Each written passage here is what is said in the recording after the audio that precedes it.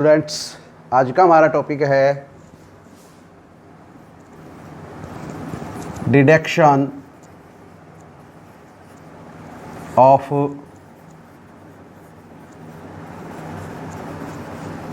Coulomb's law from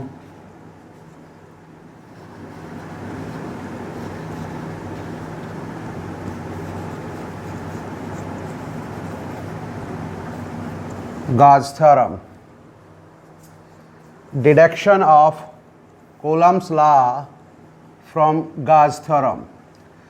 देखिए, Gauss theorem से हम Coulomb's law डिड्यूज करेंगे। तो Gauss theorem जो है ऑलरेडी हम लोगों को आती है, उसमें कुछ बताने की ज़रूरत नहीं है। जिन बच्चों को Gauss theorem नहीं आती है वो एक बार पुराना पहले वाला टॉपिक देख ले। देखिए बेटा, इसमें हम क्या करेंगे, deduction of Coulomb's law from Gauss theorem में हम क्या करेंगे, हम एक आइसोलेटेड पॉजिटिव चार्ज Q लेते हैं O पॉइंट के ऊपर और R रेडियस लेते हुए हम एक स्फीयर कंसीडर करते हैं जिसका सेंटर O है। मैं एक बार फिर बता दूं कि कूलम्स लॉ गॉस थ्योरम से अगर डिड्यूज करना चाह रहे हो तो हम क्या करेंगे, आइसोलेटेड पॉजिटिव चार्ज Q लेंगे O पॉइंट के ऊपर और O पॉइंट को रेडियस लेते हुए ना O पॉइंट को सेंटर लेते हुए R रेडियस का एक स्फीयर ड्रा करेंगे। अब चूंकि बेटा आप जानते हो कि इलेक्ट्रिक फील्ड इंटेंसिटी जो होती है वो इन्वर्सली प्रोपोर्शनल होती है आर स्क्वायर की, ये ऑलरेडी आप पहले से जानते हो। क्लियर? इलेक्ट्रिक फील्ड इंटेंसिटी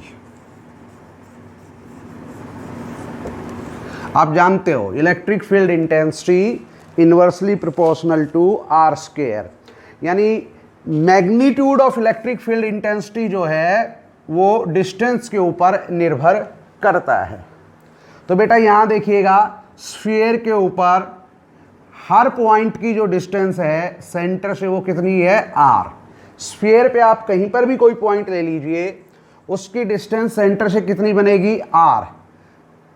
अब इसका मतलब ये हुआ कि स्फीयर के किसी भी पॉइंट पर अगर हम magnitude of electric field intensity देखें, क्या देखें हम, मैग्नीट्यूड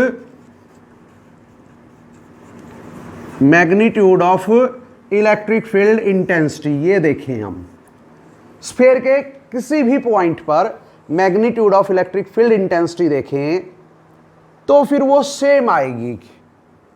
क्लियर? वो सेम आएगी और वो क्या होगी, वो होगी रेडियली आउटवर्ड। क्या होगी, रेडियली आउटवर्ड।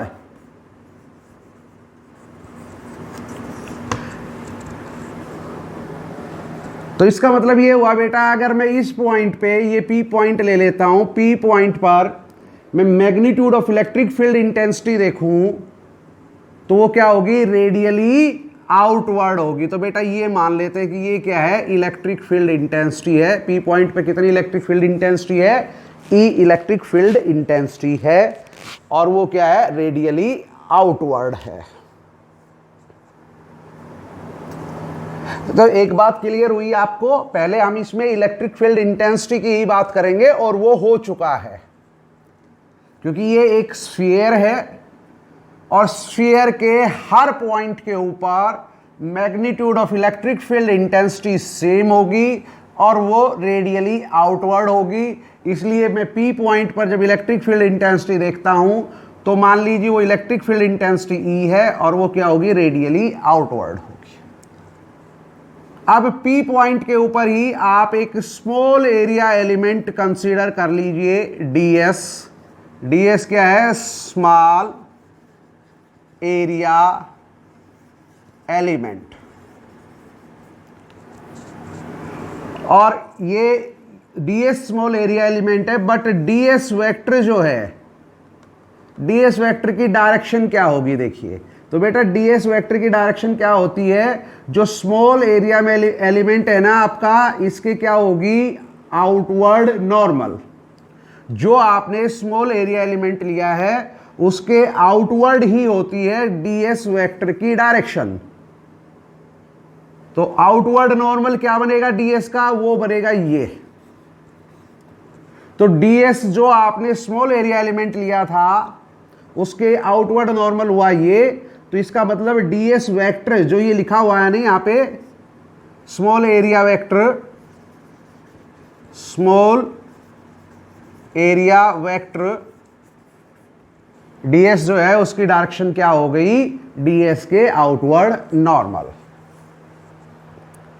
अब यह बेटा जरा ध्यान से देखो, देखो इलेक्ट्रिक फील्ड इंटेंसिटी की और स्मॉल एरिया वेक्टर की डायरेक्शन सेम है। स्मॉल एरिया वेक्टर जो है आपका ds, उसकी डायरेक्शन ये है और इलेक्ट्रिक फील्ड इंटेंसिटी की डायरेक्शन ये तो सेम है। इसका मतलब इन दोनों के बीच में एंगल क्या होगा, 0।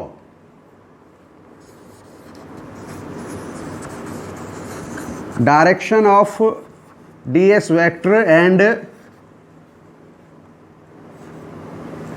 Electric field intensity is same, that is theta क्या होगा इनके बीच में, 0। अब हम गाउस थ्योरम अप्लाई करेंगे। यूजिंग गाउस थ्योरम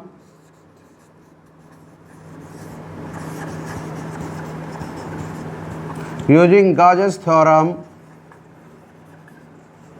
तो गाउस थ्योरम क्या है बेटा, वो तो यही है ना, आपको आती होगी।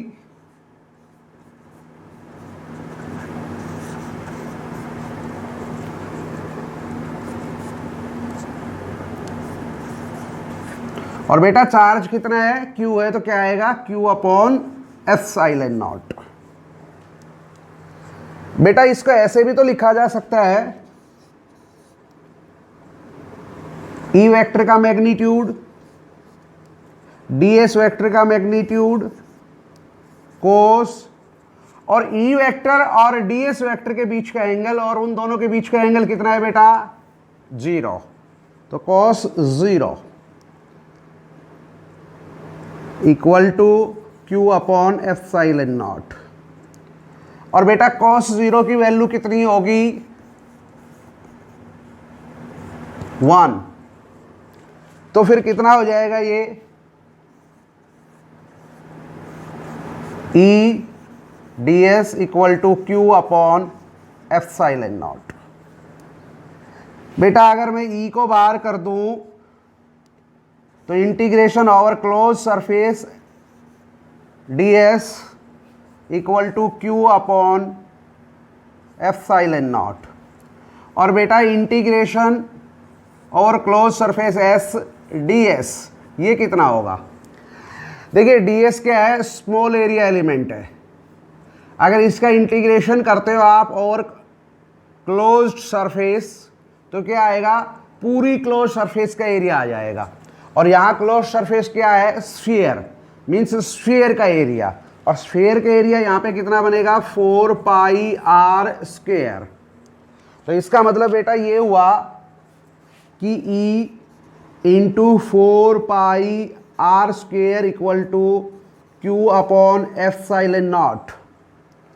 इसका मतलब ये हुआ बेटा कि आप इसको ऐसे भी लिख सकते हो कि E equal to Q upon 4 pi epsilon naught r square.